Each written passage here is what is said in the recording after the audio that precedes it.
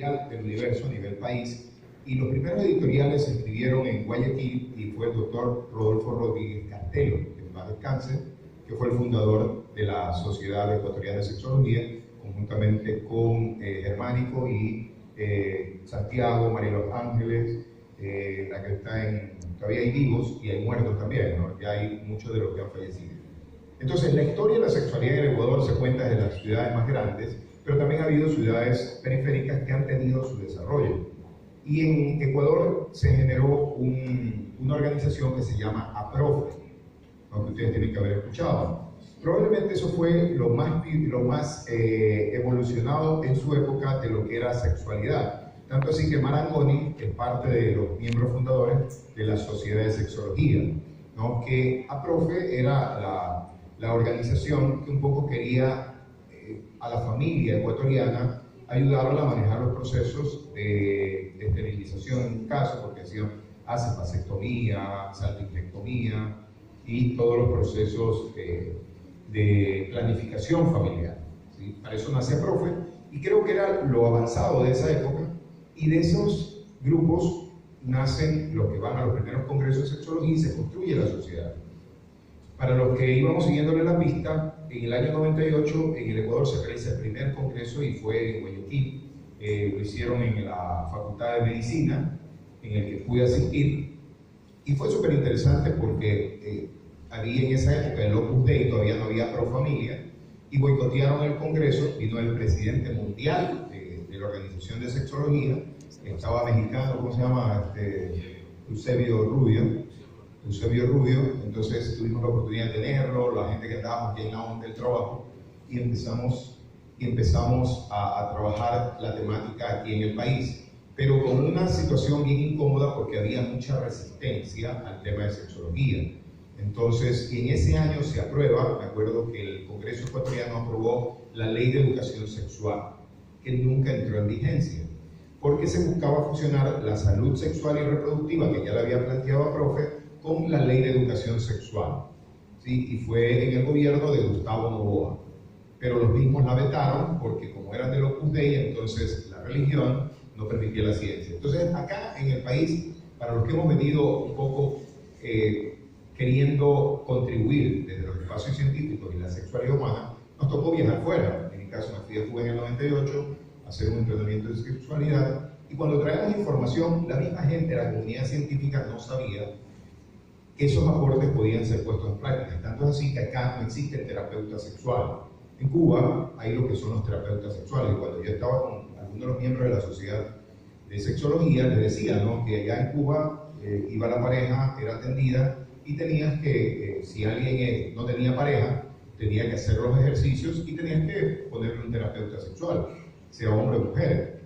Y ese terapeuta sexual tenía que realizar todos los ejercicios con la persona, cual si fuera una pareja. Si tenía que realizar sexo oral, si tenía que realizar manipulación genital y todo eso. Entonces acá, dentro de la misma comunidad científica, era como un error. Decían, no, eso es prostitución. O sea, ¿cómo formas en una universidad un terapeuta sexual? Tienes que enseñarle cómo tener una buena actividad sexual y cómo es tu entrenamiento. Esto es como los médicos aprenden con los cadáveres. En la parte de los terapeutas sexuales, ¿cómo aprenden? ¿Sí? Y eso tiene que ver con las formas como las culturas se manejan. Entonces, un campo como la sexología se encuentra con barreras y barreras bien grandes. Hasta el día de hoy no podemos hablar de terapeutas sexuales en el Ecuador. Cuando ya hubo una película, no sé si ustedes se la vieron, anglosajona, en donde un sujeto con algún tipo de discapacidad tenía actividad sexual con su terapeuta sexual, ¿no? Y llega a cruzarse la línea y hay un vínculo afectivo, pero eso existe en otros espacios del planeta, pero acá en el Ecuador todavía no. Luego perdón, ¿qué pasó? ¿Usted también anda en eso? ¿Está bien? Ya, pues después hablamos a veces, no se preocupe. Entonces, acá, la organización como sociedad, en mi caso, yo creía que íbamos a aportar al país. Desde mi punto de vista, nunca logramos eso, de construir a través de la sociedad científica un aporte. Nunca nos pararon bola, o sea, simplemente, no le paraban bola a la opinión. En 2007 se construyen los instrumentos educativos en sexualidad. Nos enviaron los libros ya yo era miembro de la Sociedad de Sexología previo al Congreso Latinoamericano que se hizo en Guayaquil, pero no consideraron ninguno de los aportes que hicimos como sociedad científica. Y eso lo financió el UNFA, porque como decía Ezequiel, los activistas sociales toman los aportes científicos, pero no necesariamente son considerados, ¿sí? Sino los activistas sociales que tienen el recurso son los que pagan lo que va a publicarse. Entonces las publicaciones que existen en el Ecuador no tienen un análisis integral de la sexología en el Ecuador, sino los sesgos de la gente que quiere que se sepa tal o cual información. Y en eso todavía, en el siglo XXI, estamos como no retrasados, sino simplemente estancados. De ahí que las universidades en el año, Riobamba hizo 3 cortes de educación sexual, porque miembros de la Sociedad de Sexología se incorporaron. El grupo de Riobamba fue un grupo grande que se incorpora, hacen la maestría de educación sexual y se incorporan al equipo. Tuvieron 3 cortes nada más de expertos en educación sexual. Siempre yo los bromeo a mis amigos, ¿no? Porque cuando yo vine de Cuba y conversábamos con los másteres en educación sexual, yo decía, ¿qué es lo que aprendieron en la maestría de educación sexual? Porque se horrorizaban de todo lo que conversaban. Lo tomaban, o sea, ¿cómo era la educación sexual que aprendieron estos másteres? Lo comento porque hubo la maestría, pero no quiere decir que los que tienen el título de magíster trabajen en la educación sexual como lo trabajaba Esther Colón y como lo que aprendimos en la UAP, porque tuvimos que formarnos como educadores sexuales también, los que tomamos ese aprendizaje dentro de la Organización Mundial de Educación Sexual que existe, para poder ir dándole forma. Esto no quiere decir que una organización tenga la verdad académica, ¿ya? Bueno, las organizaciones mundiales, de pronto, y en el año 2014 hay una propuesta para Ecuador de parte de la Organización Mundial de Sexología, que estaba como vicepresidenta María Pérez Concha, creo que me han dicho, Conchillo, María Pérez Conchillo, que tuvimos la oportunidad de compartir en Punta Cana, y se plantea hacer la maestría de Sexología Clínica y Educación Sexual para Ecuador.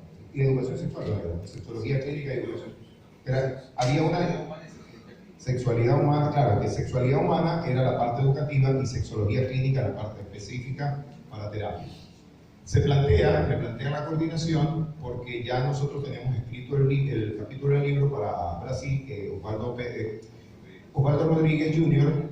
había recogido a nivel de América Latina. Ha habido muchos esfuerzos de la gente que hace sexualidad y sexología en otras partes del mundo para tratar de unirnos, de sacar adelante las publicaciones, de forzarse. A nivel país se plantea, sale el anuncio, se inscriben 6 personas, pero nunca progresó el ejercicio de hacer la maestría de sexualidad y sexología clínica, y en mi caso como presidente de la Asociación Ecuatoriana de Psicólogos que promovía esto, simplemente dejé ahí. Las universidades intentan una oferta, pero nunca han logrado entre todos ponerse de acuerdo, porque es complejo, culturalmente, regionalmente, por intereses personales, y eso no ha permitido que progrese mucho.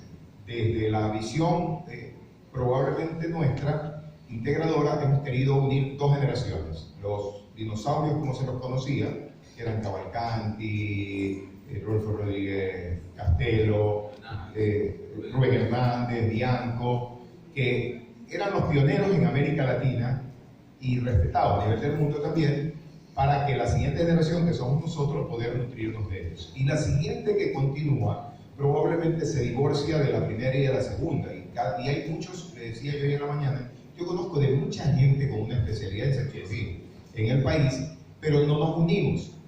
Particularmente no creo que no exista futuro de la sexología, creo que hay mucha demanda, pero coincido en lo que decía Ezequiel. El detalle es poder tener la visión científica, porque la gente acude a la consulta no con los psicólogos o médicos sexólogos clínicos, sino con los coaches en terapia. Hacen mucha terapia, en Guayaquil hay mucho terapeuta sexual, ¿sí? Pero no es la visión científica como se la aprende en otras partes del mundo, sino de las personas que hacen un coach, tiran mucho y le recomiendan a la persona que sí, tómese el esperma porque si no pierde su marido, ¿no? O es proteína. Y esto pasa porque en los medios de comunicación, cuando alguien se atreve a hablar así, lo consideran experto y lo llaman. Entonces, creo que para finalizar, la idea es, existe mucha demanda de la sociedad para personas con una especialidad.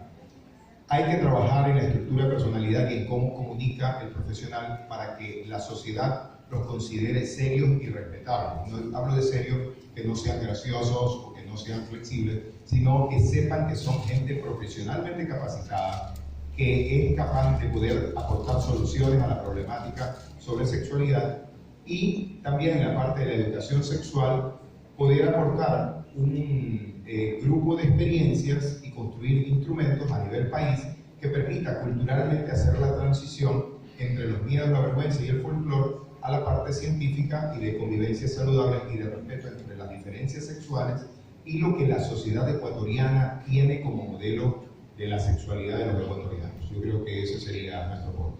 Muchas gracias. A la intervención inmediata.